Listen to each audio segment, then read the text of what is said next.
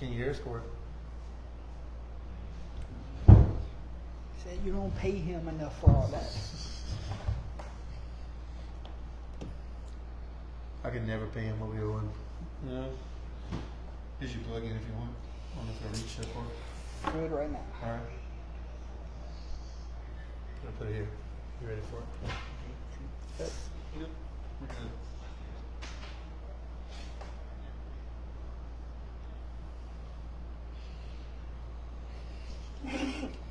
The first of many on this tour.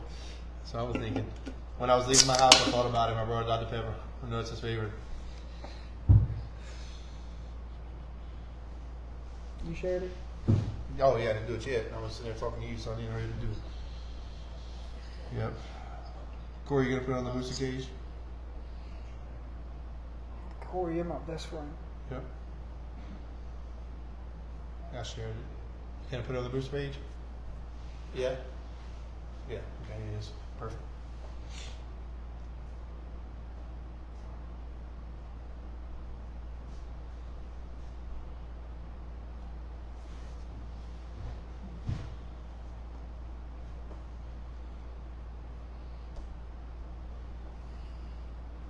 Ready, Coach? We good? Yep, we're good. Well, welcome aboard, ladies and gentlemen. Here we go, UTL Stadium Tour, and we kick it off in the backyards of the St. Ed's Blue Jays. Sitting here with head football coach James Shiver, talking a little Blue Jay football in the last day of June. Never too early to start talking high school football, ladies and gentlemen. Thanks everyone that will watch this now, watch this later on. Thank you for tuning in. We're going to have a great conversation this evening before Coach takes on down the road to Disney World, Coach. Yeah, Disney World tomorrow. Yeah. Don't forget about us little people when you make it big time now. Yeah, I might be Mickey Mouse before you know it. There you go. There you go. A lot to talk about. Just got the players out of here. We talked a little football. It seems like there's an excitement level that walked into the room here this evening. So it was excited to see those guys fired up for some high school football. 7-on-7s and camps has been going on this summer. And just know it, we're in a countdown to the season. And I know they felt it. I know I felt it. And I know you feel it. Yeah, it's great, man. Our kids have really worked hard. You know, the month of June has really evolved over the last few years, and has really been that it's football season at that point, you know. And we've really come a long way. I mean, I counted the other night. I think we played 47 7-on-7 games for the summer, Which is needed with a brand new system. It's brand new players for the most part. Yeah. We graduated a big class. You know, we're developing 4 new wide receivers. I mean, well, one of them had a lot of playing time last year, but the other 3. You know, and we only run a 3 receiver set, so one of those receivers is going to go to a tight end. You know, and it's been a real progress of replacing Henry Sumlin. You know, we've broken the rushing record 3 years in a row here. You know, and it's been awesome. You know, one thing great about St. Edmund is we keep our statistics. They're like in our Bible almost. You know, so we know when we break records and don't break records. When Henry had an amazing season last year, great season. Kane had a great season last year. I think he ended up the number 2 all-time leading passer in the history of the school. You know, so just we had some great things happen. And, you know, when it ended, I met with the juniors that are now our seniors this year. And I told them, I said, guys, we're not rebuilding. We're reloading. You know, and, you know, bringing back all of our offensive line. We lost one. You know, John Michael was an all-state pulling guard, just like Clay was an all-state pulling guard last year. You know, John Michael will be missed. And we'll have to find someone to replace him. And, you know, I'm sure we have a guy that'll fill in his shoes and do a great job. So our offensive line is our key on offense. You know, and on defense, we bring back the district MVP in Wyatt Dubois. You know, I think he's going to play a little bit on offense and defense this year. He was really electrifying on special teams last year. You know, so I think we still have a great nucleus coming back from that group that graduated. Plus the group that graduated stops by my house. You know, one of them stopped by the other day. Coach, we're on the way to Omaha to watch LSU. You know, and so, you know, they never really leave. I mean, they leave, they go off to college, but they come back. Yeah. You know, and so I hope we're building that culture where when they graduate, they don't sit on the fence talking how bad the next class is. Instead, they're talking about how great the Blue Jays are. Yeah. You know, and that's what I want. That's what I hope we build it here. You know, you got to get rid of the negative fans. You got to get rid of the negative graduates, and everybody's just got to be on board. There was a time, Jordan, whenever Port Barry, where you're from, was like that. I used to go on Friday nights to a Port Barry football game, and man, that's all. It was full house, and all you could talk about was that. And lots of big schools were like that, and somewhere along the way it slipped off. And I see the coaches now trying to rebuild it. And that's culture is everything in a program. Yeah. Coach, before we start diving into last year, this year, all the good details, let's talk about yourself. We're headed into year what? 7. 7th year here as the Blue Jay head football coach, correct? Yes, sir. Every year is different, Coach. How have you grown as a coach over the years, in your opinion? I think I've grown a lot, man. One thing I do, so I went to that coaching clinic. I go to a lot of coaching clinics, and I went to one. I took all my coaches with us to Alabama, Nick Saban's clinic. I say this story a lot, and I found, one of their assistant coaches got up and gave a speech, and he would get there, and he said on 4th down, 37% of the time we did this, and it was successful. And he had everything broken down. So what I do a lot of is go around, and I'm a nut about those kind of statistics, and so I do that. I talk to other coaches and see what works for them. I network with other coaches. We put on that really big 7-on-7 tournament. We don't charge the teams anything to play in it, and it's really for the kids. It's really for the coaches to be able to network with each other. I find myself in year 7 and almost 49 years old. I turned 49 on the 13th. I find myself at this age of my life more worried about the people that the other coaches at other schools with not worried. I'm still worried about my program and stuff, but the younger coaches, sometimes I'll reach out to them and just say, hey, look, if you need something, like one of my good friends, LaQuentin Lamb in Mamu, I often talk to him, and we talk culture, and we talk, football. We don't talk X's and O's. He does his own X's and O's. He doesn't need that, and we just talk about the future of high school football.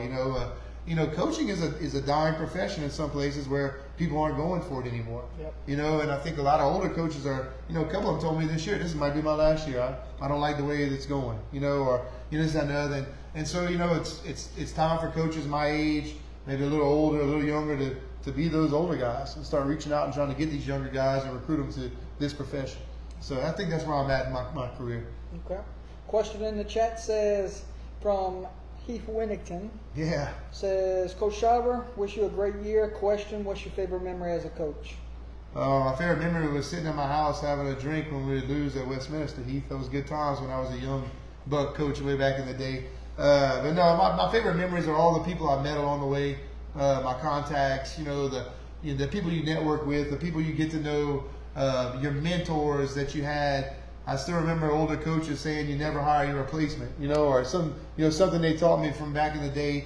I'm that guy who, I did have a really great coaches like Coach Louis Cook, who coached me in college, or, Coach Nelson Stokely, or Coach Gerald Broussard, or all those other coaches that coached me in college. But I also had some really bad coaches along the way too, just like everybody had, so I even learned from the bad coaches, what to do, what not to do.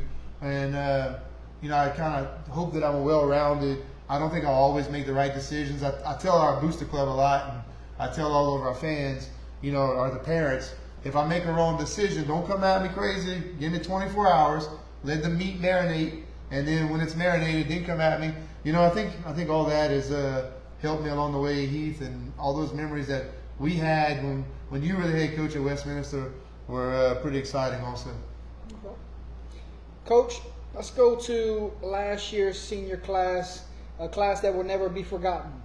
How do you feel those shoes going into this year? Now, do you really feel them? I don't think any time we ever graduate a good class or a good player, you ever feel the shoes. You just reinvent the job description. Just like one of my good friends said, whenever you die, your job's going to run an ad for your job a few days after you die.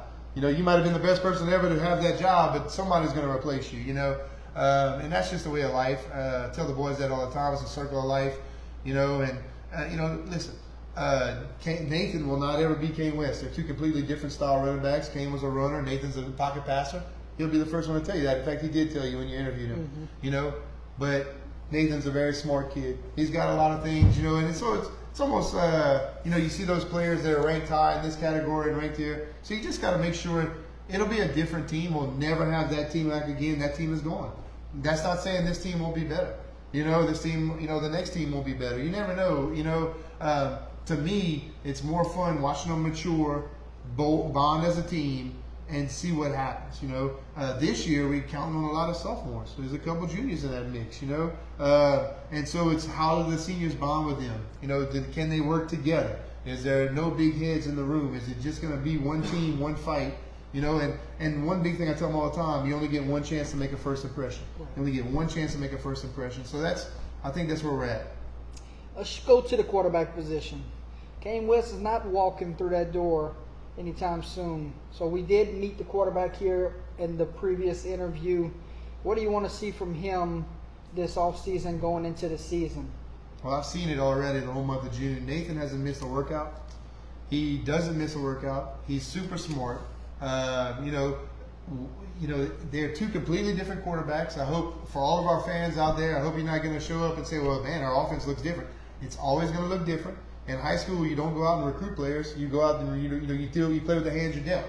And Coach Corey and I had a crash course in playing blackjack the other night. Learning how to do that. I had never played blackjack before, but you play with the hands you're dealt.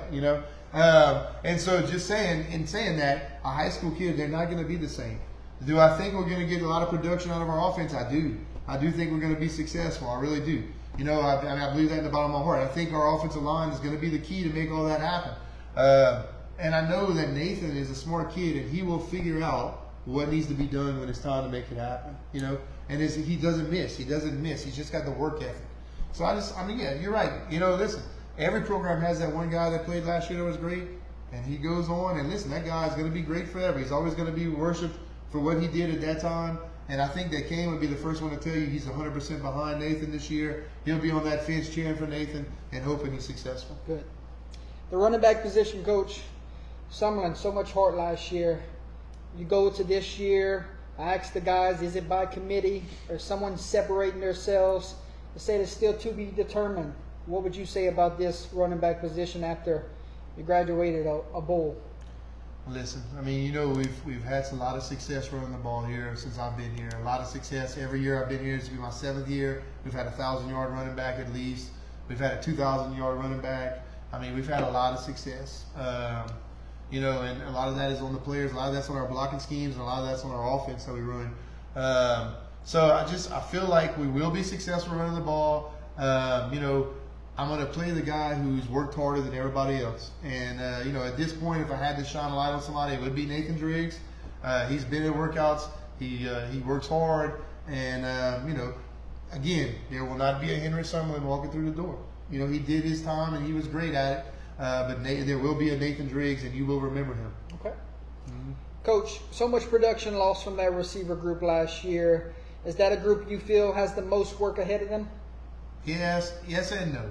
I really do. I challenged the group. Last year we had a great group of freshmen that came in, and I challenged them during the at the end of JV baseball whenever it ended, and I said, we're going to work out every day harder than anybody else. And they worked out really, really hard.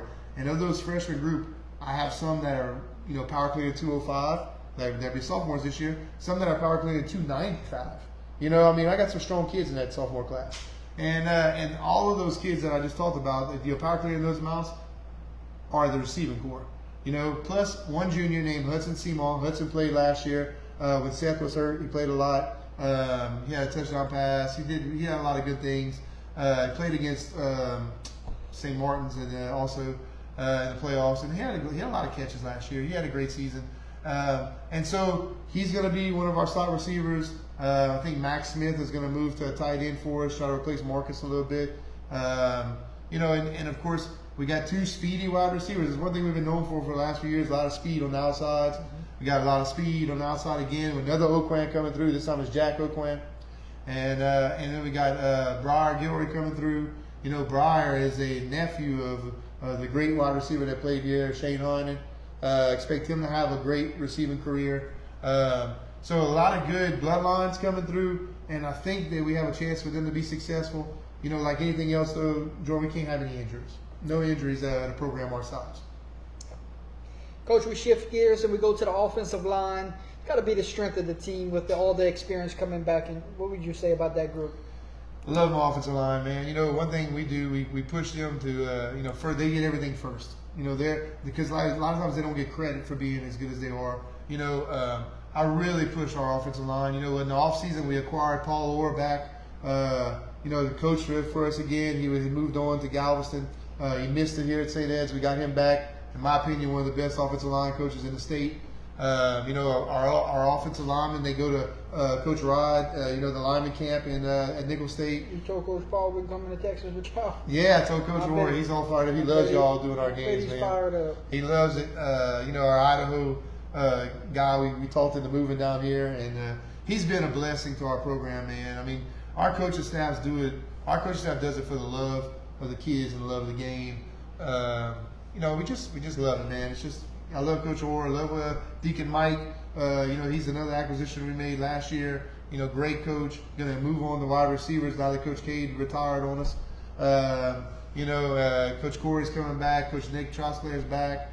You know, so I expect this to be, you know, really, really good, well coached. The offensive line is going to lead the way. Really good pulling guards, good tackles. And Benji Gilroy, I want to throw his name out there. Most improved weight room person this season.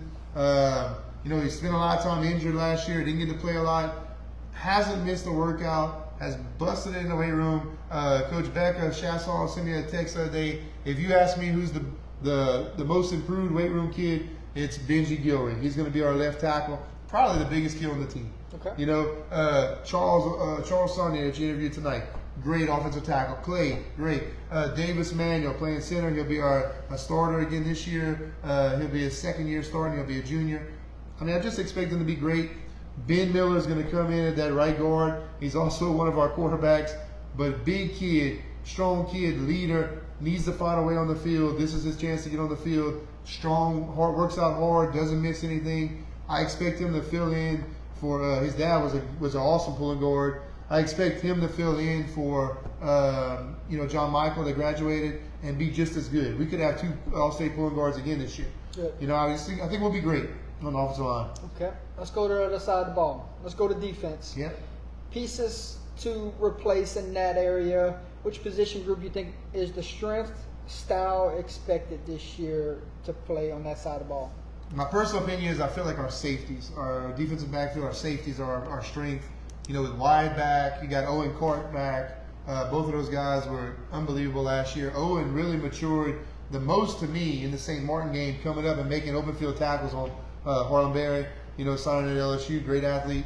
You know, we got Michael Perron. Expect big things out of him. He played a little last year. He's going to be somewhere on that field. Lanny Reed, who's been going through a broken arm since, wrist, since baseball season ended. And probably won't be back till the middle of July. Lanny's going to be a big-time player for us and was a big-time player for us last year. You know, I really just feel like that part is going to be, you know, completely okay. We are replacing our linebackers. Wyatt was one of our linebackers last year, I think. And I'm going to give everybody a little news flash. You're going to see Wyatt a lot in the secondary this year because he's going to be playing some offense for us too. Okay. Mm-hmm. Coach, what about special teams? When does that crank up? Has the punters, kickers, long snappers been getting some work in this summer? Yes, sir. It's one thing we do a lot of. You know, I tell the kids in May, listen, this is your facility. Here's the codes to the locks. Get in here and get to work. You know what I mean? And so, and I drive out there at least 4 or 5 times a day to see who's out there and who's doing what. And we have cameras out there, so we know who's out there working. And so I see the kickers out there. I see the quarterbacks out there. And you know, in my opinion, until they take ownership and they say, listen, I want to do it, then it's going to, you know, I had a daughter. I coached softball. I had 4 daughters. And I had 3 of them wanted to pitch, okay? And I told them, I said, if you ask me to pitch, I'll go catch for you. And the last one would ask me to pitch, and I'd go catch for her. And she was a pitcher a little bit. She wasn't great at it. But what I say is, until they actually take ownership and go out there on their own when the coach is not making them and put in the work, then we'll find out if they want to be good or not. And our kids do it every day. Yeah. Coach, excitement for 7-on-7 tournament to be rescheduled. You would like to give us those details at this time? Maybe some people that really make this tournament go, teams participating, couple rules that we should expect come whenever you can give the date out now? That we Yeah, have, July 15th, man. I think it's, I really like our 7-on-7 tournament. It's real fun. A lot of local teams. You know, I've even been reached out to by Calvary Baptist, Evangel wanting to come down from Shreveport, all kind of teams from up in the Shreveport area. I guess they see it on Facebook, and it's starting to become big now. You know, when we first started, this was an 8-team tournament.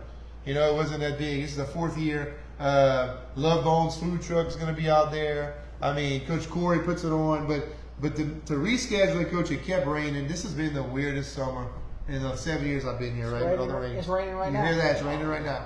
It's thundering. And so Coach Chris Edwards at Northwest reached out to me and he said, and we played prep school football together. We were teammates, great guy. We played UL together for a little while. Chris said, Sean, my kids love your tournament. That's all they've been talking about, wanting to play in your tournament. And I said, let's reschedule it. So I got with the Boost Club, got with Corey. July 15th is the date. Got everybody kind of on. We're setting it all up right now.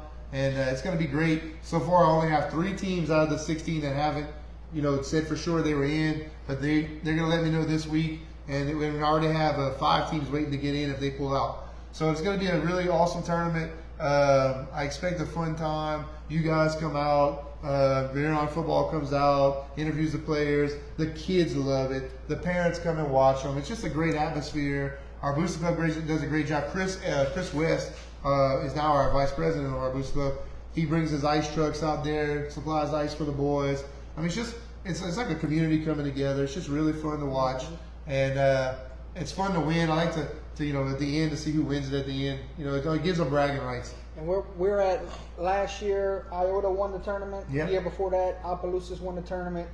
So we have both of those teams in this year's field. They're both in the field. You know, Coach Oakwell, he loves that trophy. He wants it back again. Okay. You know, so it's a good group, and a good group of coaches of good men that, you know, want to do something with their kids. You know, listen, I don't know, and I want to say this to everybody out there: coaches don't get paid to work in the summer. You know, we're doing this because we want to work in the summer. We want our team to be successful. We're out there busting it every day, and my hat's off to these coaches. Great job this year. Cranking up times, when a pool play, cranking up, bracket play, and championship game. 2 o'clock is the coaches meeting. 2:30 is the first pool play game, and I want to say it goes till 4, and then we start the bracket right after that. Single elimination when you get to bracket. But it all feeds down onto the game field, and I think the semis and the finals are on the game field. It might be the third, the last round too, the quarterfinals. But it is it's a great experience, man. I mean, and you need to come. this year. It's streamed. You're streaming it. Yes. Yes, sir. So happy for you guys to come. Good. I'm excited to be here. Try out some new things from what we're planning to do in the fall. So we'll bring that. See some great competition. See who's the last one standing. Absolutely. Coach, we do this every year. We've been talking football for the last 3 or 4 years now. It changes every year. New faces come back. New faces are in the program. How about you introduce your coaching staff? Well, I got myself, and then I have Coach Nick Trosclair, Coach Lewis Ryder. Couldn't do it without him. Ian graduated last year. Lewis stayed on. Listen, he does a great job. He does it with the secondary. Soft-spoken. Keeps me in check a lot of times. Love having Coach Lewis with us. Deacon Mike Gilry is going to be taking wide receivers this year. And I got Coach Paul Orr back. Coach Corey Ordway, I call him he runs our football operations director.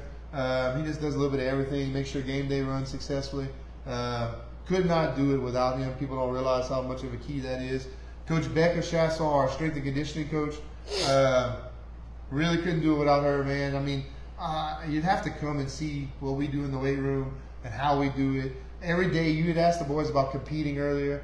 Every day is a competition in the weight room. You know, we do our strength exercise, and then we do a CrossFit version. It might be 15 minutes of something. But like today, it was deadlifts, burpees, pull-ups, power clean, run 200 yards, and then do it again. And whoever could do the most of that and finish in first place won it. And so, and then we do it's really, really awesome. We do a leaderboard, and the boys really like that. They come in on their own extra and try to break their other guys' records of different things, and just fun, man. I mean, she makes it fun for the boys. They really like doing it. We don't just go in the weight room and lift weights. We lift because if you think about it, Jordan, a play lasts 4 seconds. We try to do some kind of aerobic exercise where they're getting their conditioning, their exercise, and their strength all at the same time. And to me, it's made all the difference. Good. Coach, upcoming schedule, we're just going to flip home and away from last year. 6 home games. How important is that? Really good, man. I think 6 home games is good for us. Morgan City's coming back to us again. We could have picked up a 7th home game, but we ended up going to the Catholic Bowl again this year. And I think that would be good for us. I mean, on a normal season, I probably would have picked up 7, but I'd rather, have the boys have this opportunity. And it was really good to be offered to go back, and we're looking forward to that. Coach, when we do recycle next year, any surprises on that schedule for next year's schedule you want to share with us? Are we adding another district team next year, maybe? So the districts are going to be decided. I think they start doing that at the end of October. Numbers are going to be crazy again. And I want to see how that's going to come out. I think we probably will be adding a district team and probably in some way losing somebody, because I don't think they'll keep that big of a district. Okay. Trying to work out a deal right now with Eunice High, hopefully to play week 1. I don't know. Coach VJ's kind of on the fence about that, waiting to see if they can or not. We're open to it. We've never done it before. It would be fun to do something like that. And then other than that, Basil, if you're open, we'd love to play you. But outside of that, who knows, man? Anybody that wants to play us in our area. Elton did play us last year, and they'll play us again this year. But we are looking, for anybody. Coach, what about your jamboree that is coming up? You ever thought about, as successful it is, you got all 6 teams back for another year at your jamboree. Speak about the success this jamboree has year in and year out. You ever thought about maybe expanding to making it a 2-day type of deal? We had talked about it this year. There's a lot that goes into the jamboree. There's a jamboree committee, and I want to say thank you guys so much. Mr. Brian Tanner, Mr. Jay Riviera, Mr. Junior Bergeron, Mr. Raymond Aguilar, Chris West, Corey, who missed? Paul Brown.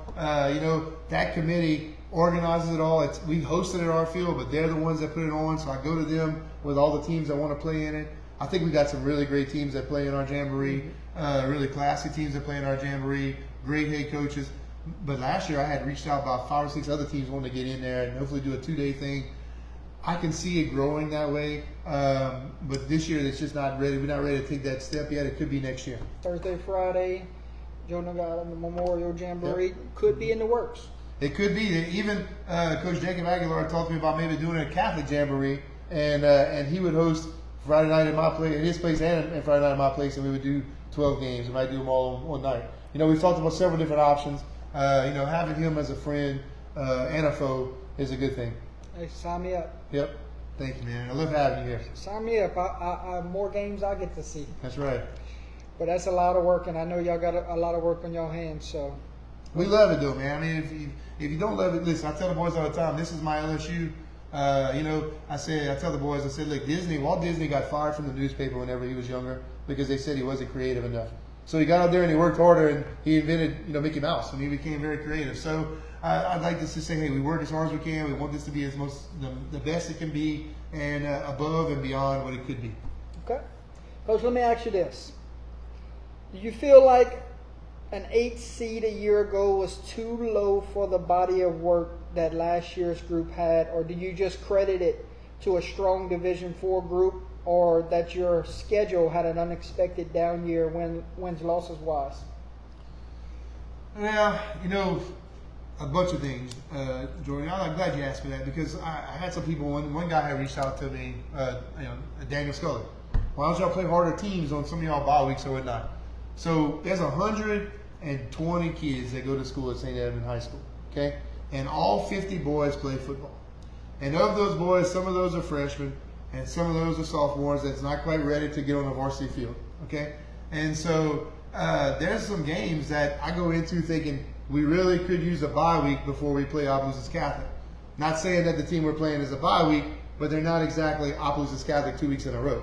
You know what I mean? So there's a lot of thinking, strategy that goes into our schedule. Could we play harder teams? Though sometimes we could. But then we could lose one player, and that's like losing 4 players for us. Because you're losing a special teams guy, you're losing an offensive guy, and a defensive guy. And so you've got to be really I guess you got to really strategize it. And then we like to play bigger schools too to try to get some more PowerPoints. So it's just the PowerPoint system does have its flaws. I also think that our division is amazing. I mean, look, Washington Christian plays AA all year and then comes down for the playoffs to play in Division 4, which is really single A. And I don't know if that's fair, but it is fair in this new system that we're in, And so it's just, I don't know, man. I think there's a combination of everything. An 8 seed was probably where we could have been. I mean, we probably could have been. We would, we controlled our own destiny. If we would have beat Catholic and Point Compete, we'd probably go in as a 4 seed. So yeah, look, I think I was happy with the 8 seed. We got a bye in the first round. I was happy. I thought everything we wanted to do was accomplished. And it's not like you didn't have a strong 7 in front of you. No. So that was a strong 8 last year. Division 4 was strong. Yes, sir. I thought they were very strong. I mean, our Division 4 is in every class. I would say Division 4, top to bottom, they're good. Everybody's good. Okay. Coach, we're headed back to Texas. New stadium this time. What's it take to pull off something like this? The decision to bring us also. When did that come into your head? When I first found out that we were getting invited back, I thought about you right away. I don't know if I didn't reach out to you a week or so right after when that first was going down. Once I knew for sure it was a done deal, and said, "Hey, how would you guys like to come to Texas?" Well, first off, I got to tell you, Father Hampton Davis, unbelievable man, great pastor. He was all on board with this 4 years ago when I came to him and said, "Hey, we got invited to the Catholic Bowl. It's really a pilgrimage for us, for our boys. We go on Friday, we go to Mass with all these schools in Texas. There's 6 schools. And we meet those guys. You're networking with people you don't know. And it gives our boys a chance to run out of that tunnel with a Louisiana flag and represent their state, and represent their diocese, their group. Everything is just awesome. At the end, we come to the bleachers like a college team. We sing the alma mater with the fans. I mean, just some great moments. I mean, some things that I'll never forget from some classes that graduated was winning the Catholic Bowl and how they played in it and what they did, overcoming adversity on a big stage, which, listen, you don't realize it, but whenever we were in the Star of Frisco, that was a huge stage. And those boys, they were nervous. It was hard, and how do you prepare your kids for the playoff, if you don't do something like that, And so Father Hampton was all on board, loved it. It was great. Father Dugas is going to go with us this year. He'll be in the Mass. Deacon Mike's going to be in the Mass that they have, which is really cool because they'll have the bishop from Fort Worth and the bishop from Dallas. They'll put on the Mass. It's a huge event. And then they feed us after. It's usually not the best brisket of all time, but it's brisket, some Texas barbecue. Mr. Patrick Steenberg, too, for inviting us. I mean, it's great to network with people like that. He puts on games all over the world. He put on the IMG game against Monterrey, Mexico. He puts on games in Ireland every year for the week 0 of college, the opening weekend of college. A bunch of high schools go to Ireland, and they play before the colleges play. He does that every year. And so we just met each other, and man, we took a liking to each other. And whenever this opportunity came up, he called me, and it's been great. About the new stadium, what an opportunity that's going to be. Former Ranger Stadium. I mean, they gave it to the ISD people there. The UFL plays there. Bob Stoops coaches the UFL team. I mean, it's a big stadium. We have a lot of fans that's already bought suites in the stadium that's going to be able to watch the game in the air conditioner. It's just going to be a great time, a great experience. Our fans, I think the first time we went, and you'd have to ask Corey this off camera, but I think everybody was on the borderline saying, "Is this a good experience? Is this worth it?" I mean, when they got there and we did it, I had boosters come in and say, "Whatever it takes to go back, let's go back." It was unbelievable, and we've gone. This will be our 3rd time in 4 years, and we love it, man. It's great. How about date, time, and opponent? September 13th. And we get to play another Sacred Heart team, which is great. Sacred Heart of Munster, which is kind of by the Fort Worth area. It looks like it's going to be it is going to be a 1 o'clock game. They kind of moved ours to 1 o'clock because that same night Texas A&M is playing Notre Dame, and so if the game gets picked up by national TV, that we would be the national TV game, and so that would be super great. But I don't know if that would happen. It has happened the other 2 years that we went. And it's just a good experience, man. Just tell them, don't give us the boot. We're not giving you the boot, man. You're there. We love you having you there, and you're gonna see it's a great group. It's ran like a college game day. It's ran like a college bowl, and it's just really fun. The UTL friendship over the year, Coach, record now sits at 5-1 when we cover you guys. Might get number 6 when we cover Texas. I'm hoping, man. I mean, that's a good group, good coaching staff. They had a good run last year too. You know, a smaller school. It's the first time we play a smaller school from Texas. Usually they're big 6A schools. This time I want to say it's a AA school. Single A in Texas is A-band football, and so they're a AA school. But we're going to find out, man. I mean, you know what? Rubber's going to be the road. Coach, with 5-1, you might as well build a deck for us in the top corner bleachers. We'd love to, man. We try to take care of y'all every time you come. We love having you. What else I got for you, Coach? How about this? You won Coach of the Year last year in the district, but how difficult is it to actually win this district? Man, listen. I've coached on a lot of levels. I coached a lot of places. I want to say it was Peterson that was at Evangel, and he left Evangel and went to the Eagles and won the Super Bowl. Remember that a few years ago? And he said it was a lot harder coaching at Evangel than it was at the Philadelphia Eagles. Okay, well, on every league, every place I've coached at, it's very hard to win in this district. Anybody can beat you in this district.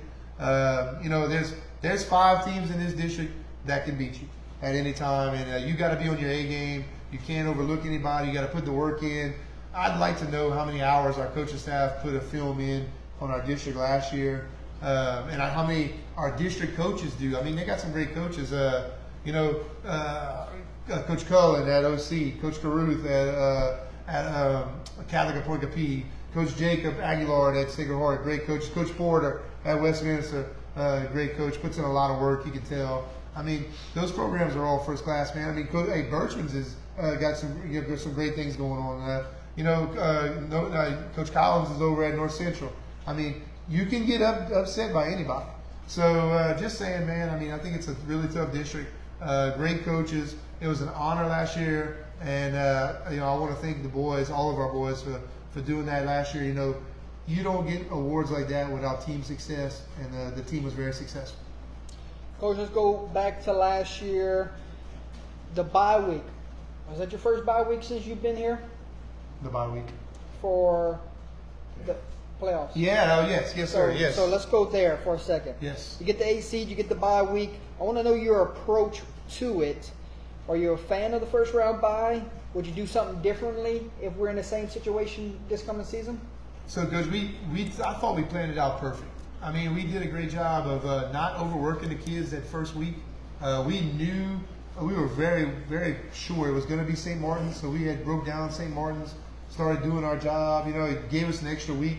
You know, coaches like, and I'm going to say this, I don't compare myself to him by no means, but coaches like Nick Saban doesn't lose coming off a bye week. And the reason why is because they prepare so much. And we had prepared so much that first week that the second week was probably the best practice we had ever had while I've been here, the 6 years I've been here at that time, because the boys knew what St. Martin was going to do. We just went out there and worked on it every day, and we were pretty successful on it that Friday. So you go into that round 2 matchup. I heard the place was nuts. Talk to me about the number 1 ranked running back came in your place. The game plan that night, was it just to outscore them, or what was the message? Our offensive game plan was outscore, but our defensive game plan, we had done some things different than we had ever done before. We were going to slide, try to keep him in the pocket, don't let him use his explosion to get around us. You know, filling everything back to the safeties and let you know, Wyatt and Owen make them tackles and Lanny make some tackles, and they did. They did that. JP Frugier made some great tackles. Zane Zonbreaker made a tackle. I remember a big time tackle on him. But it started with the pregame. I mean, we came out, we had a DJ, we smoked it out, we sparkled it out. I mean, the radio was nuts, the kids were high. The atmosphere was amazing, huge crowd. And the game plan on offense was, we're going to look up at the end of the third quarter and see where we're at. We're just going to keep scoring, don't do anything different. Whenever they do sub Harlem Berry from safety, we're going to take a deep shot. The funny thing was Seth had hurt himself the week before, okay? Seth Oakland. And so we had Seth that we didn't know if he was going to play or not. And he knew the game plan. He was at every practice. He went over every game plan, but never took a rep at practice, okay? And thank goodness for Mr. Mike Driggs. He's the one that got him back in time. But every time Harlem Berry went out, Seth went in. And we tried to take a shot to Seth, and it paid off several times. And it was just to me, I thought it was as well as we had coached any game in the 6 years I had been here. So I look up in the sixth quarter, I said the third quarter, I didn't the third quarter, sixth quarter. I look up at the end of the third quarter, and I said, is the score 70? And they said, yeah, it's 70. And I was like, it's just the end of the third quarter. And, and this team was a team that's in the second round of the playoffs, in the Division 4. And I look over, and they have 30, we have 70. And he did have a couple of long runs. You're not going to keep a guy like that in the control all night. He's going to get what he gets. He's like a Michael Jordan guy. Let him get what he gets, but stop everybody else, Connor. And guess what? All of a sudden, I get a radio phone call from the other side, and they were like, you thinking about taking out, you want to go with your JV? And I was like, if you take him out, we'll go with our JV. Well, at the same time, we scored. So it was 78. And he comes out with the guy back on there on offense, and he scores. Makes it 78 to 38 or something like that, and or 36. And he comes back on the radio and goes, yeah, I'm going to take him out. And that was it, man. I mean, you're a coach because right then you won. And it's like, we just won. And it's only the beginning of the fourth quarter. It was a great feeling. Division 4 is so hard. We had gotten the bye before, actually. I told you no earlier, but we had. Okay. We've never won a playoff game in the 5 years straight. We've always lost. Some of those were in the second round. Some of those were in the first round. The year before, we had gotten upset 7-6 against Westminster. They had eaten us all year. Every break we had was 7-6, 7-6, 7-6, just like this year with Vermillion Catholic. And that's all we talk about. That's all we talk about. That's not gonna happen again. And Coach, that was our inspiration. That was our motivation. We went out there and we won our first playoff game. And to get that monkey off our back as a coaching staff in the fourth quarter, we were hugging each other. I mean, I remember Stuart Schecksnyder, our doctor, coming up to me, giving me a hug. We got it. And it was just a great experience, man. Coach, we'll go to the quarterfinals. And there's two directions you can go here. We'll start with direction number 1. How special was that week, Turkey Week, with your boys, with your coaching staff, the families? How special was Turkey Week for the first time? It was a great week. Look, I had gotten with Mr. Chris West. He was our Boost Club president at the time. Got him to feed the boys after every practice that week. The dads would come out and cook for them. Practicing on Thanksgiving week is special. It's always been special. It's something everybody in Louisiana wants to do. Not all of us get that opportunity. And look, that week was unbelievable. We fed the boys every day. We had some of the greatest practices we had. Knowing the coaching staff, knowing that we were going to run into a buzzsaw, not saying that we thought we would lose, thought that we was going to be a team that was equal to us in that round. So we had really done a lot of work, getting it all together. And I really think this, Jordan, I think every time you get to a point like that, experience brings you over the top. And for me, Catholic's been there a couple times. And so they had the advantage over us on that thing. But I did call around and find out what other people did. That's one big thing. I'm big on networking. And we kind of did something fun like that for them to remember. And I really think those seniors, if you ask them, the ones that graduated last year, would tell you something they'll never forget was that week. Yeah. Let's go to the other direction. Yep. So your biggest takeaway from that night, how soon did you get back to work? That night. I think we came back that night and started working on another game plan. What were we going to do different? Listen, we ran into one of the best VC teams of all time, with probably historically one of the best statistician people that guy had some of the best stats I've ever had in school history. With one of their best coaches they've ever had, Coach Brock, great coach. My hat's off to them. I tell them when I see them, hey, look, y'all do a great job. They do a great job remaining Catholic. Great coaching staff, great kids, work hard. They understand the assignment. They understand what they got to do and they get it done. And they were really good at what they did. I don't know if you guys covered the game. It was one of the, to me, biggest crowds, the home and visitors. I mean, the crowd was huge. Yeah. There was a lot of people streaming that game. I mean, it was a big atmosphere game. And that first drive was like 8-minute drive to go down and score. Okay, and I said, man, that's what we got to keep doing, keeping the ball away from them, and and scoring at the end of it. And they break it in one play, and I think a lot of that got to our kids and was like, we can't score fast enough to beat them. And that because, in the season that we had with all those points we scored, breaking all the scoring records in school history, which we broke it by 100 points. That's pretty amazing, to realize that this team can score as fast as we can score. This team can punch as hard as we can punch. This team is right there. They're as good, if not better, at some things than we do. And it got to us, you know what I mean? Because it was our first time being there. And I think that's one thing we've taught over since that day, you know, working on, hey, it's not our first time this time. It's not our first time this time. We want to get to that level where they're at. And I think that's what we've been doing. The quarterfinal run last year, did it draw interest and more kids wanting to be a part of this program? One good thing about St. Ed's, man, if you're a boy at school, you're either a football player or you're helping something with the football team. Okay. Got a great film crew. You know, that's a bunch of boys on our film crew that go out of their way to come all summer and film 7-on-7 to do anything we ask them to do. You know, Coach Corey heads up that film crew, and they do a great job. And Sarah Summerlin does a great job organizing them and stuff, getting them where they need to be at, you know, when they're not on the bus or whatnot. Parent support is amazing. And it's just, you know, so when you do a pep rally, there's very little, if any, boys in the bleachers. I mean, everybody plays football. You dream about playing football here when you're in third grade and you start playing football. Yeah. You know, so it's just something that's one reason I love being here. I mean, you know, Jordan, I don't make the money that other coaches make being at this school, you know, but it's not about the money to me. It's about my love. I graduated from here. I love being here. As long as the vision is what my vision is and we all agree on it and we see that, you know, hey, we're going down the right path, I'm going to be here. You know, I've passed up on jobs that paid a whole lot more money. Didn't even interview for them because I didn't even want that worry. I want my boys to know I love my boys. I love our program. I'm going to push you to be the best. And no matter what it is, I'm there for you at the end, loving on you. Coach, we got some experienced teams. We got some veteran groups graduated. You got some new coaches that have taken over. Do you feel Division IV is wide open this year? I think it is, man. I mean, you know, we do play 7-on-7 with Vermillion Catholic a lot. I think they also have some great athletes coming back again. I'm not taking anything away from them. I think they graduated a lot also. You know, I think we graduated a lot. St. Martin's graduated a lot. I don't think Washita Christian did. I think they were a younger team. I think they're probably one of the top dogs. You know, so I don't know, man. I mean, it's going to be fun. I mean, you know, I think in our district, just seeing, you know, from last year to this year, Westminster got a year older. They didn't graduate a lot. You know, they got everybody back. OC has a wide receiver that signed at USC.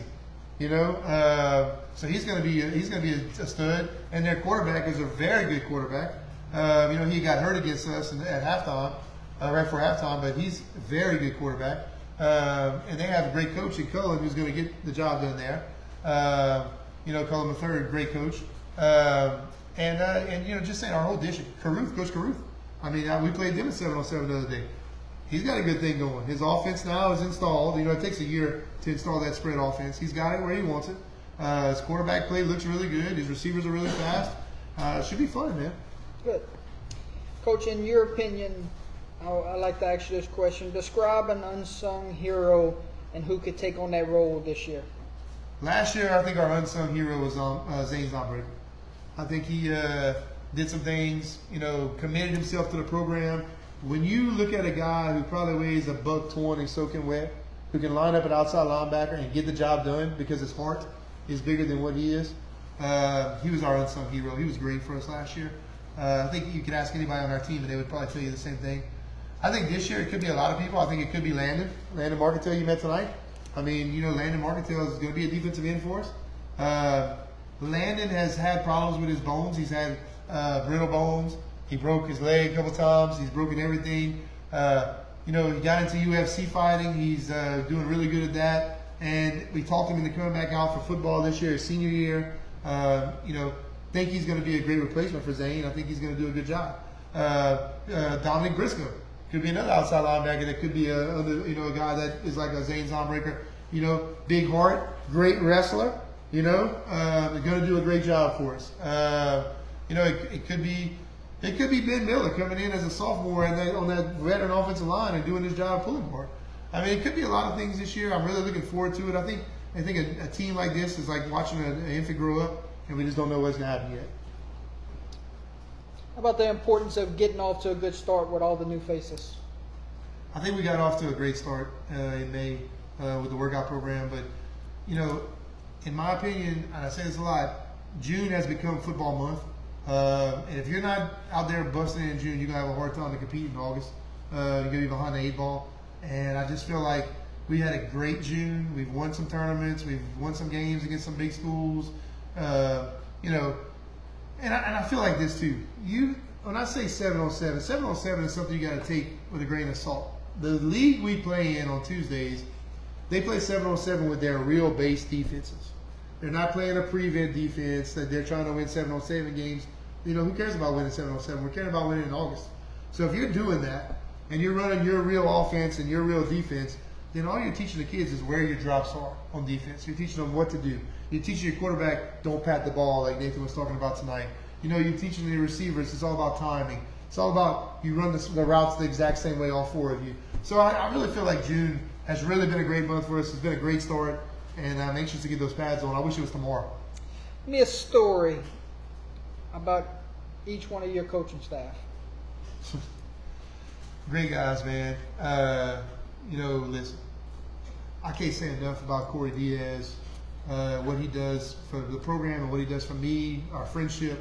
You know, Corey came and coached arena football with me last year. He was on the field with me the night before the game at 2 a.m., making sure everything was ready for the game. Still with just me and him there. You know, you don't get that from just any coach that you can hire, okay? Paul Orr, same thing. He was there, you know, working with us, doing the same thing, not even just in that situation, but every situation. Coach Orr was washing cars and holding signs that went down the road Saturday, raising money for the Captain Bowl. Corey was there. You know, even Coach Kane, who retired on us, you know, still calls me, you know, visiting, talking football and helping. Coach Nick Trostland, great man, does some great things. No idea, people have no idea how much he really does behind the scenes to make us so successful. And he gets the job done. Love him like a brother. Coach Lewis Ryder, great guy. Very soft-spoken, very quiet. When you get him to talk to him, he's great. He's going to tell you everything, you know. But what he does, and Coach Lewis Ryder's done this for 26 years. Last year was the first year he got paid to do it. You know, it just like my guys, all my guys, Deacon Mike, what he gives up to be on our staff. You know, he's a deacon at church, but he also, you know, he also does other things to make money for his family. And what he does to be here, unbelievable. You know, and what our wives give up, Jordan, I don't think people realize that. Unbelievable what their wives, my wife, I mean, we spend a lot of time working. You know, I would like to figure out what we make an hour. It'd be pretty amazing. It's not about the money for our coaching staff. It's about the love of our program. It's about the love of our boys. And I think our boys know that to a point. They realize, you know, when we tell them, you know, it's what we do here. It's just who you are when you're here at Blue Jays. And it's good. It's good being here, man. Coach, what's the most difficult thing to overcome during a season? Is it worrying about grades? Is it injuries? The outside noise? In your opinion, you know, you've seen this for the last 6 years. It's outside noise. I've never seen one thing that if I could change anything about our school, one thing I would change is the fact that whenever a class in elementary comes up, they play ball together, just that class in basketball and baseball. So what happens, like a 5th grade baseball team, a 6th grade team, a 7th grade team, an 8th grade team, and you'll have parents be like, my class is better than that class, and this class and that. And they don't understand that at the end of the day, we're all Blue Jays, okay? And you know, listen, be positive, support the coaches, support the players, support what's going on. I mean, you know, the kids hear what you're saying. You know what I mean? And I think that they need to understand the more support you can throw your way, the more you open your heart to the program, the more you love what's going on, I think you'll see that we're really doing things the right way. You know, and any parent that has called me, I tell them this. I may not be doing something the right way in real life, but I'm doing it a certain way. And if you have a problem with it and call me about it, I'll tell you why I did it that way. You know, and I think that's what every coach wants. Oh, that's right, man. God bless you. And just, you know, I just think that I don't know if I'm doing it right, man. I ain't written a book on how to do it, but I do think that I am, and I'm going to keep doing it until it'll work for me. How about the growth of St. Ed's high school athletics over the years? The new hires this year, really has the program in good hands? It does, man. Our program's in great hands. It's not just our football staff; it's everything else too. I mean, we started wrestling last year. I think we came out sixth in the state in wrestling. As our second year, wrestling really helps our football program. Every sport at St. Edmund last year got to the second round of the playoffs, except for boys basketball. Every single A school in the state wishes they could say that. We got to the second round, at least the second round in every sport except for basketball, one sport. And we play everything except for swimming and bowling and soccer. So I think we have a very successful athletic program. Very good coaches for every sport, and we do a great job. I know our Booster Club does a great job reinvesting into our programs. I mean, our old weight room became a wrestling practice room, and Coach Shane LeBeau took that and ran with it, and it's really unbelievable. It was great. Some of our other boosters got on board, and we got new weight room equipment for our weight room, and we moved it to the new gym. But just reinvesting, and I think that's the vision is there right now, and I think it's just really good. We're trying to be. When we say this, are we trying to be similar to last year's team, or is this year's team going to have to figure out its own identity? I think everybody has to figure out their own identity. Coach, what about this? You ever sit back and reflect on how special last season actually was? So I have a couple times, man, to really get me into the awards banquet. There was a little plaque that they had given me. There was a big thing that the New Orleans Saints that came and gave me like a Coach of the Week one time or something like that. And they had made like a little video. The senior boys had made a video, telling me congratulations. It hit me whenever I saw the video. It hit me whenever I went up to get my award, and I was going to give like a little 2-second speech. And whenever I got my award, all of my boys, they all stood up and applauded and they clapped, and it just hit me, man. I mean, tears came to my eyes. I couldn't give my speech. I sort of, I thank you so much, and I went back in the back. But it's just, you are with these guys more than their families are with them, and you bond and you love them like they're your own sons. I never had a son. I have a stepson now, and I didn't have one. I never had my own son at the time. And it's like I have 50 new ones, every year. And I find that, they got to find their way. They're going to make mistakes. They're teenage boys. I think every coach can attest to that. But, I love my boys. I would do almost anything for my boys. I've had some that had a problem at home and had to spend the night in my guest bedroom. I've had a lot of different things happen, and I want to be there for them. And I know everybody in the community knows that. I mean, and they see what we do here. It's just special, man. It's just a little different. And I think we're doing the right thing. Which I won't stick on last year much more, but I do have to ask you one more. Have you ever seen an individual night like you did from Kane West against Southern Park before? No, tell you what, man. Kane West, and people. Time director or broke the record? Yes, he did. He had a great. I think he threw 6 or 7 touchdowns that night. He was the record. He broke the record. It was pretty I impressive. think he threw for 4 and ran for 2. That's what it was. Something like that. Yep. It was an impressive record, but he also threw. I think Lake Moran had 4 touchdown passes, 10 receptions that night. It was another record that was also broken. It was a record-setting night. It's. Yeah, I'll tell you 2 things. One thing is Kane was that guy who loved to compete. And the bad thing is the hate. There was hate in the bleachers, all this and that, always hating on kids. He fed off that, man. And I think that was a great thing, if, people need to realize everybody has a defining moment. And I think that cigar game was a defining moment where he was just like, I'm going to be the dog right here. And he took over, and he did, and he made the right reads.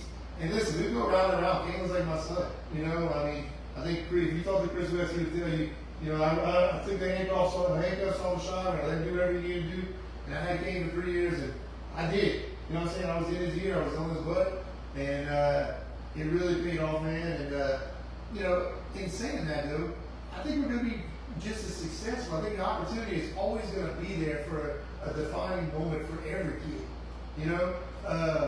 I think the fans need to realize that, like, when you go to an LSU game, you're not cheering against the quarterback. You're cheering for the team, you know, and they're going to realize that one day that, hey, listen, that team, that class was probably the most hated class to come through St. Ed's.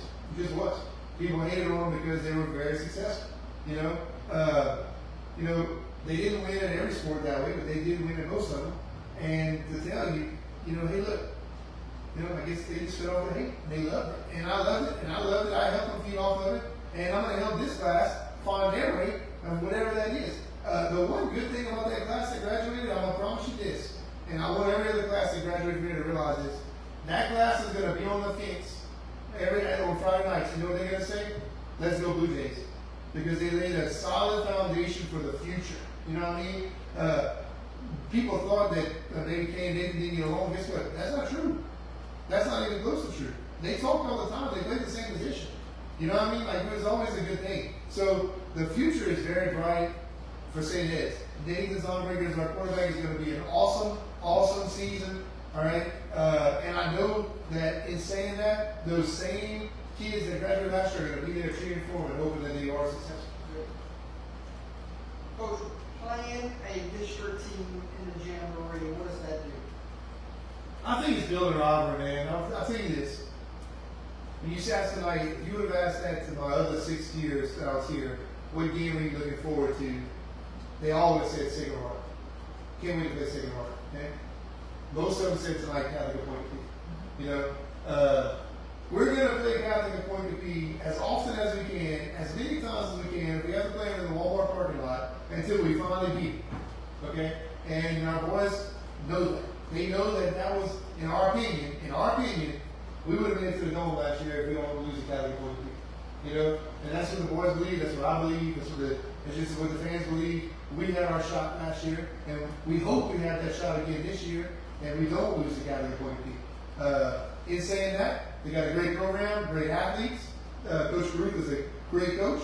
They did a great hire right there in him. My respect is to them. Somebody from our district, whoever wins it, will have an opportunity to go far in the playoffs. You know how that works.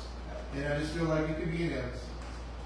The guys also talked about the night that they beat OC. What did that mean for the program? Where's that rank in your memories? I'd have to ask, which I think it's 14 or 15 years since we had beaten OC. Yeah, wow. It was like 13, 14, 15 years since we had beat OC. It ranks higher than, in my opinion, anything. It ranks right up there with beating St. Martin's that bad. The number one running back. So the number one running back in America came to our field. How many high schools would say that? You know what I'm saying? So it ranks right up there in that game. And it was a back and forth game, man. And we had prepared for that. We had told the boys to be back and forth.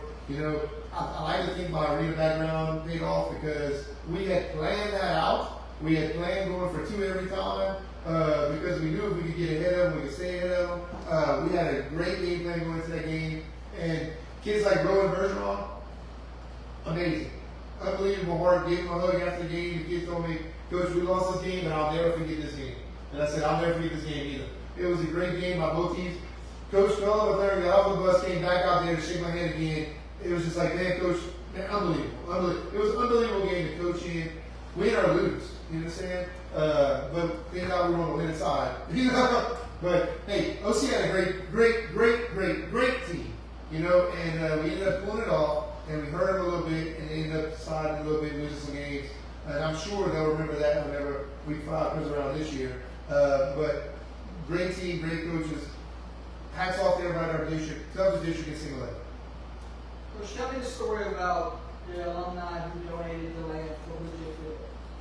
Big story, KTC did it last year. The Frugier family gave the land years and years and years ago for Blue Jay Field. And it was a practice field for a long time. My senior year, my junior to senior year, we built the stadium. Not the same stadium as there now. We did it, you know, all the seniors were out there working. The dads would pay us to go work. That was our summer job. I'd like to know how much stuff we broke instead of fixing, but it was an awesome project. You know, we watched that field come to life and actually become a field with a little practice field behind it. And since then, we've expanded onto the real practice field we have now, our extra practice field. Our softball field is out there. It's really grown. There's stages of more things we want to do, you know, to become bigger. But the Frugier family, which JP Frugier, who graduated last year, his dad, Pat Frugier, their family, Miss Ann Frugier, her husband, who passed away, they all donated that property, and it was a great thing. And KTC did a real good job of recognizing the family and what they gave, and what it means to the school. It's just a wonderful thing. Coach, what about the crop dust around here? Talk to me about that. Not my idea. Great idea. Great idea. We have a family that has crop dust, so we have a lot of farmers in our community. We'll leave 707. I was talking to Coach Shane Sawall at St. Thomas Memorial, and Coach Hightower. And I said, when we leave here, my kids are going to go work in the fields because they have to go farm after this. So that's one reason we have to really get back to lunch from 707. Look, a lot of farmers, their idea, they had good practice, and I didn't even know this. They kept it a secret from me, even from me.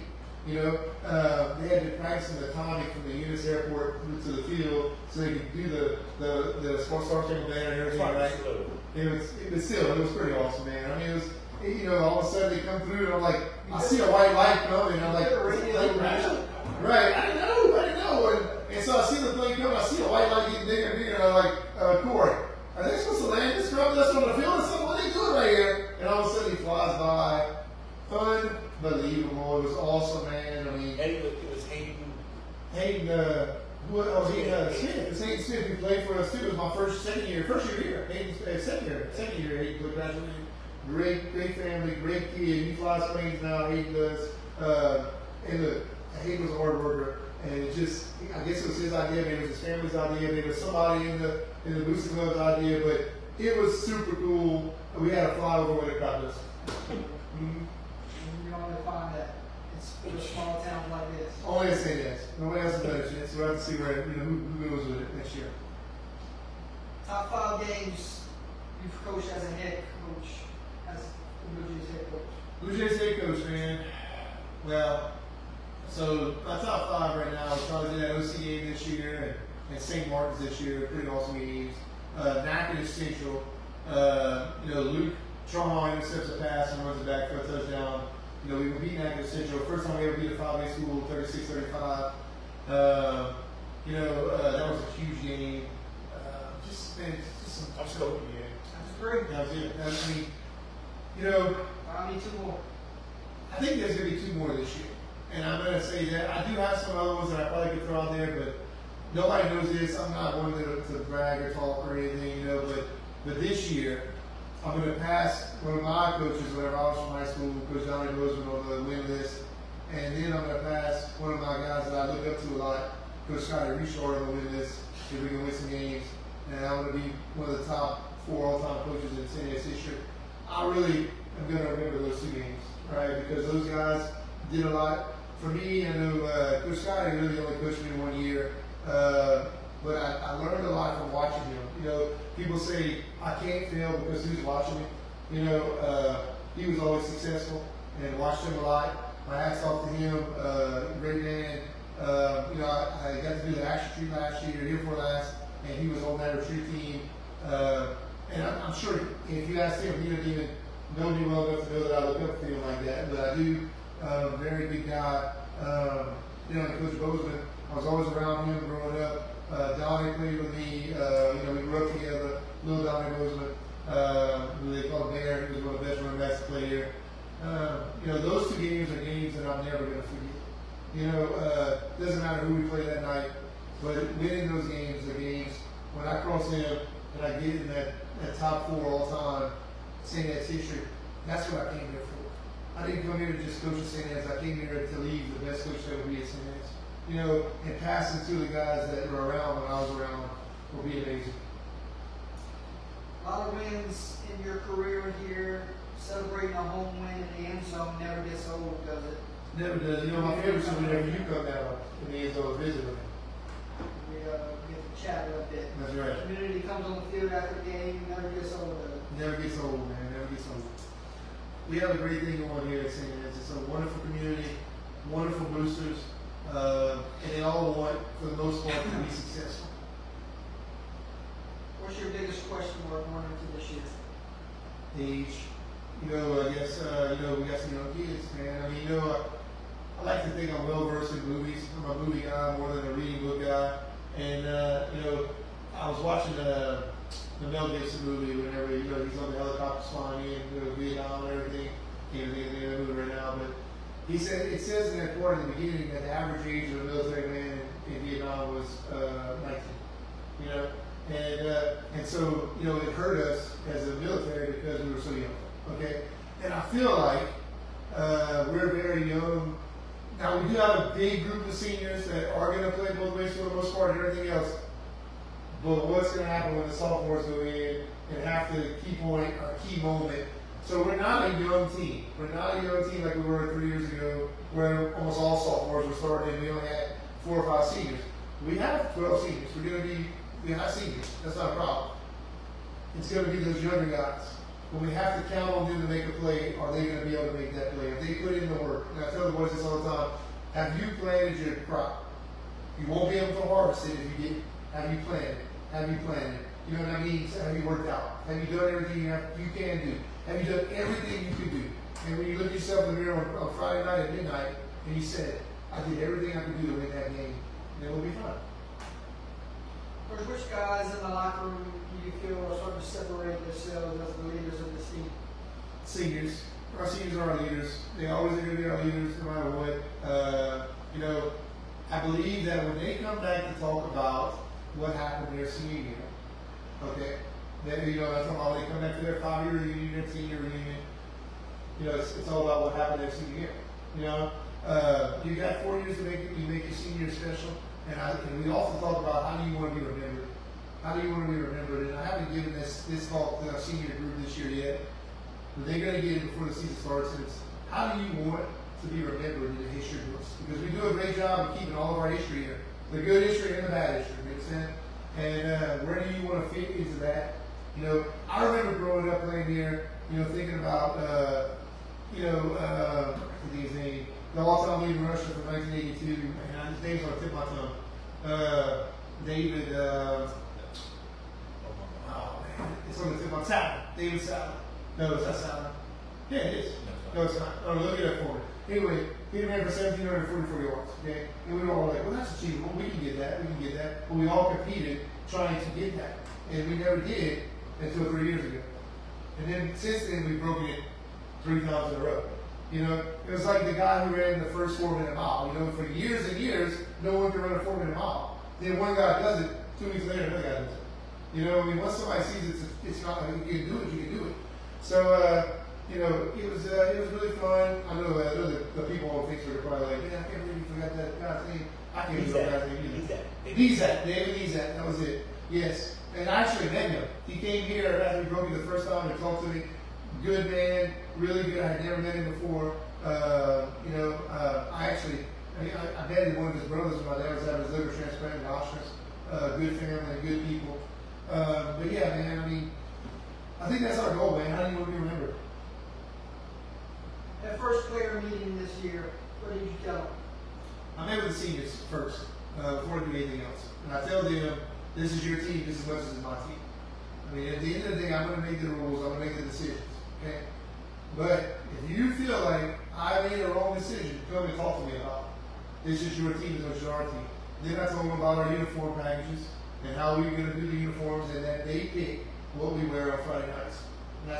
I've always done that. I only pick one game every year. This year I picked the Catholic Bowl. But outside of that, they pick everything we wear on Friday nights. And now with the gray uniforms, they're always going to wear them for the jamboree. But outside of that, they pick, and it's so I let them know what they're in charge of. That they're in charge of making sure the locker rooms are clean. They're in charge of all the little things. And taking ownership of this team. And they do a good job of it, man. And so after I meet with them, like the next day or so, I meet with the players, and I tell them, I said, look, this is our goal for this year. And I tell them up front, someone is going to rush for 1,000 yards this year. Someone is going to pass for 1,000 yards this year. Can we break that? Can you get more? Depends on how hard you work. And so we set goals. I think we set those standards and things like that. And that's what we do that first meeting is, they get motivated, fired up, and they take off. Coach, how much film have you watched this off season? Also, how do you teach kids to understand the correct way to watch film, study it, break it down? Well, I don't know if you get ready to a lot of coaches that watch more film than me. I watch a lot of film. So how much do I watch this year? Every 7-on-7 game is film. Even when we play JV 7-on-7 is film. And I break those down to see who can help us where and when and how. I'm a guy who doesn't like to go both ways, and I like to give people responsibility. So I'll go to a guy who probably would have never played if he went both ways and say, listen, I'm going to play you at this position. Like I did with Zane's operator last year. This is your spot. You got to be able to hold this spot down. This is what the job requires. If you don't do it, I can't play you. And I let them, mature and blossom. And in a big game, I might have to take a guy and go both ways with him if that guy hasn't got that accomplished yet. You know what I mean? And so just, I think I do a good job of getting as many people on the field as we can, playing, which really gives us air and oxygen for the guys that would have went both ways. And when they have to go both ways, we have them in that situation going both ways. So, I take some criticism of that sometimes. Why are we not going both ways? Times have changed. This is not 10 years ago when we could just go both ways. We're playing against schools who have 225 kids on their school and probably have 80 kids on their roster. Probably have 35 that can get in the game, which is 15 more than we have. So I got to find a way to work out our snaps where we get enough snaps to match theirs, and still be. And I will tell you this: you saw us play last year. We won't have a problem playing in the fourth quarter. We're in great shape, but we want to make sure we don't burn them out. Which position group needs to take the biggest step this time? DBs, our cornerbacks need to really take a big step. I mean, our corners are young. We're going to have to, either we're going to have to change some of the things that we've done in the past, which we were open to, and because we have 4 great safeties, some of them might end up having to move the corner. If the ownership of that position hasn't been taken pretty soon, then that's what's going to happen. Fundraisers coming up.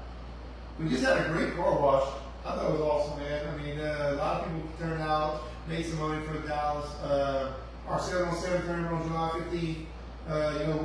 We don't charge any teams to play in the tournament, but we do charge $5 at the gate.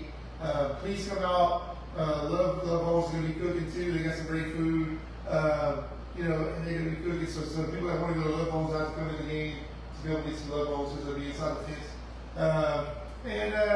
Just some, I think it's the golf tournament's coming up. I mean, there's all kind of stuff coming up. The Jamboree committee's sending out sponsorship packages. Our Liftathon is coming up on July 24th. Liftathon's a great event.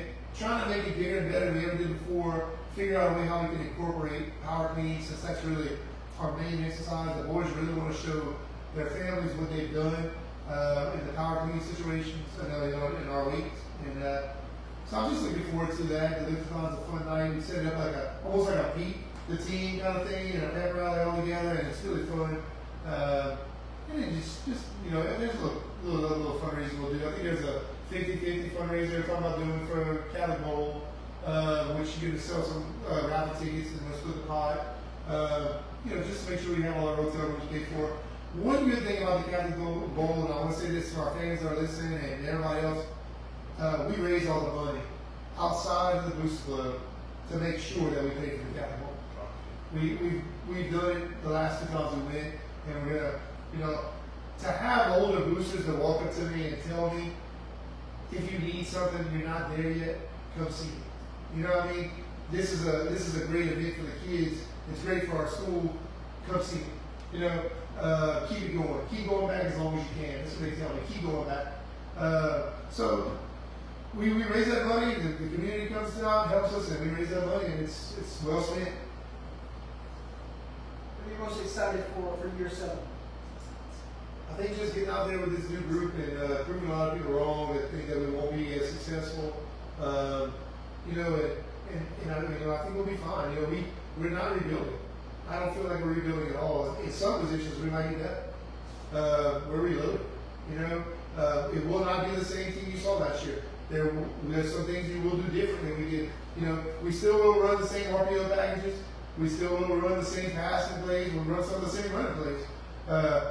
But our personnel will fit, and it'll be a different instrument this year. Any questions for me before we get on out here? Where's your next stop, man? I go to Royals Wednesday. There you go. Good place. First time there for an interview, so excited to see. We used to play them years ago, so we're crazy. Excited to see what they have to say. They got on the tour this year, so I'm always excited to see new places. Always have some big kids up there in the walls, man. So They play with what they got. they do. They really do a good job. Closes out with the quote of the day. First impressions are everything. And I think that that scrimmage on the 22nd of August at Arca, we're going to be at Arca. Usually we always play our scrimmage at home. This year I thought it'd be a little different to give us a different look. We never play extra home games this year. So we're going to go to Arca, see Coach Travis Blades out there, and I guess we'll see what we got. Play with a brand new field. Brand new field right there at the Youngsville Complex. Really nice place. Go check it out the other day. I'll see them in a few weeks from now. Yep, great coach over there. Great, building an awesome program. Lots of kids out. The school's growing like there's no tomorrow. So he's just doing a great job. Coach, here we are again. Thank you for coming, man. I'm glad I can be first. At least I'm not last. So. Here we go. Coach Corey, got anything you'd like to say? Get it off your chest.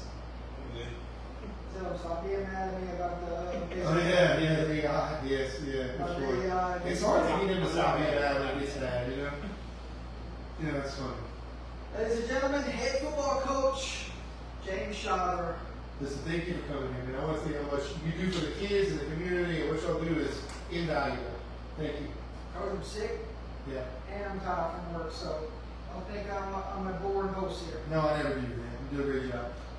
Ladies and gentlemen, it's been an honor to kick off the tour. Here we go again. Let's see how we manage to go to 30 stops over this summer before the fall gets here. Love it. High school football will be back before you know it. We say goodbye for now. We say God bless each and every one of you. God bless my friend James Schuyler, Coach Corey Diaz, and we say God bless high school football and forever. Amen. UTL.